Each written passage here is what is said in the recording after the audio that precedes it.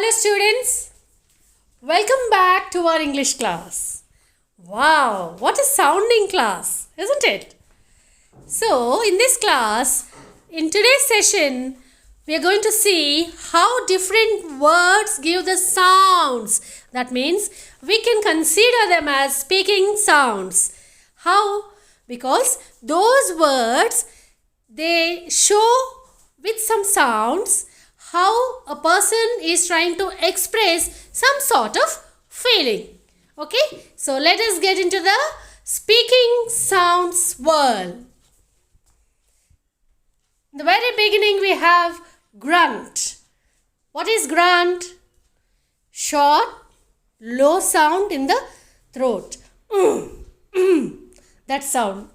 Okay, grunt sound means like if you do some heavy work, okay, which you don't want to do or which you feel very difficult to do, then a sort of sounds appear or come out from your throat. They are called grunts. Okay, they may be with willing or without willing, you can give. See here the example. The workers were grunting with effort as they lifted the heavy furniture. Heavy furniture. It's too heavy. Like, he answered her with a grunt. Okay, take this. Like, okay. So, when you can see the workers, when they are shifting furniture from one place to another place, they use a sort of sound, and you can call such sounds where their difficulty level is shown through their voices. Okay? Next word we have here, babble. Babble. Okay. What is babble? Talk rapidly and continuously in a foolish and excited way. What's very good. Oh, I don't know. What is this? Did you understand anything? That means when a person is very much excited, they speaks in a very fast, in a very quick manner so that others won't be able to understand what the person is trying to say. So that is called babbling. We see small children, they babble. Okay, we don't understand, but those babblings where they mean a lot for the children. Okay, see here, pay no attention to her. She is just babbling. That means she doesn't know what she's saying. Come on, ignore her like. Okay, now he will babble about movies all night if you let him. That means he keeps on talking about movies because he doesn't want to stop himself from talking about the movies which we are not interested in to listen. Okay, so let's ignore him like. He will babble all the time, okay, without any sense like. Okay, so here babble means something like a foolish talk. Next we have bark. Bark. We usually use this word for a dog's cry. Okay, sharp and explosive cry of certain animals, not just dogs, but most of the times we use it for dogs. Okay, it's barking of dogs we say, but some of the animals also considered for their cries the bark word for them. Okay, now next we have, so you can see certain examples here with the same word bark. Looks like we barked up the wrong tree. That means we wanted to go to some tree and we got another one in another sense or in indirect sense. It makes us think that we are doing a wrong thing, or we are talking to a wrong person, or we are letting wrong idea. Like, I heard my dog barking, so I opened the curtains and looked outside. This is another sentence. Okay. Next we have groan. Groan. It's also a sound to make a deep sound conveying pain. So when we get hurt, the sound what we give, that's called groan. Okay, so when we, while playing or while dancing, while doing any work, or if we are not well, sometimes due to ill health also, we groan.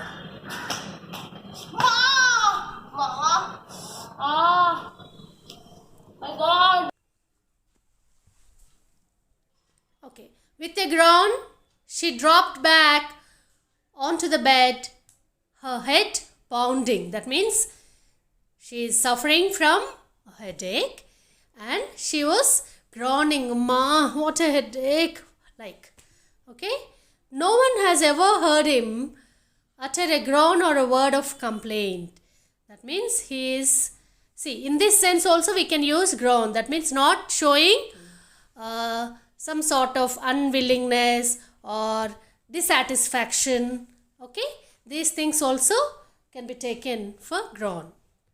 Grumble. Grumble. To keep saying that you do not like something. Grumble.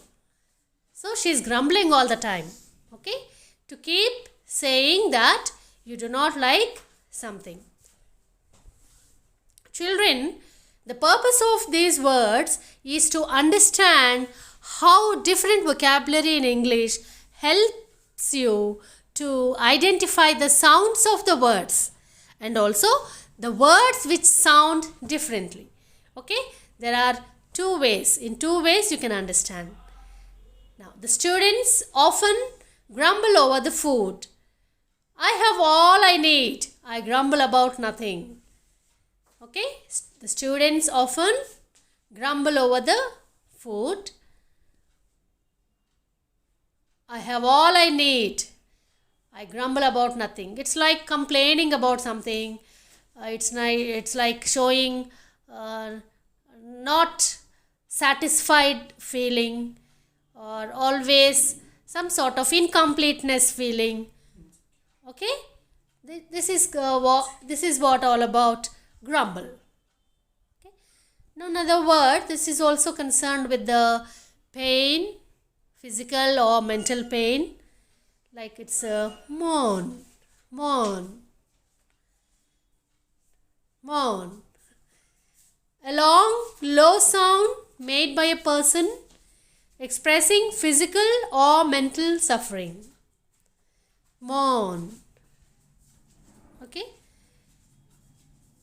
A long, low sound made by a person expressing physical or mental suffering. Okay. Now, you can see the sentences. You can see the sentences where the word moaned is used. I moaned with pleasure as my mother rubbed my back. That means when you have your back pain or something like, and your mother comes and just gives a soft pressure on the muscles, you feel like, "Ma, how nice it is." You say it, no? So that is what you call moaned. So this word can be used for both pain and pleasure. He is always mourning about his salary. That means, what is salary? Very low. How can I go with this? Like, this much salary. How can I run? Like, okay. So mourning means it can be with pleasure. It can be with pain also. Sometimes with complaining nature. Now you have mumble. What is this mumble? Saying something indistinctively and quietly, making it difficult for others to hear. That means you are conveying something, but the opposite person is not able to hear or understand what you are trying to say. Okay, so that's called mumble. Yes, Durga Prasad. Have you done your homework? No.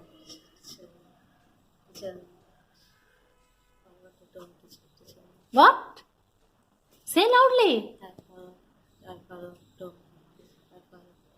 What is that you are saying? The old man mumbled weakly. I'm sorry. He quietly mumbled. I'm sorry. I'm sorry, I'm sorry, I'm sorry, I'm sorry. So, saying quietly without making others to understand. Okay?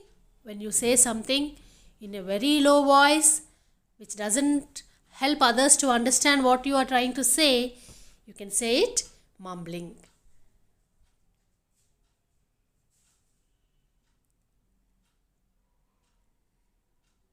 Whisper. Whisper.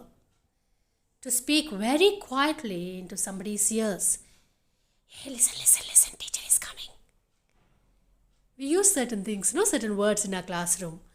When teacher is about to come with progress cards in her hands, and children start whispering or saying something in one another's, ears. To speak very quietly into somebody's ears. Whisper. Whisper, a quiet talk, a quiet speech. Yes, children, take out your textbooks.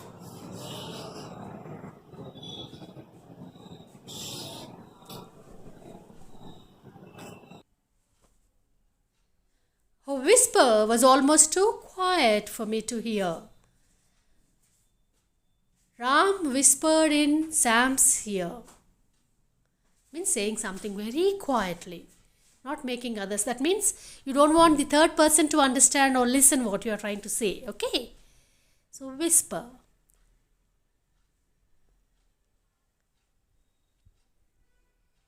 We often use or we often do such actions in class, no? We say certain things to our friends.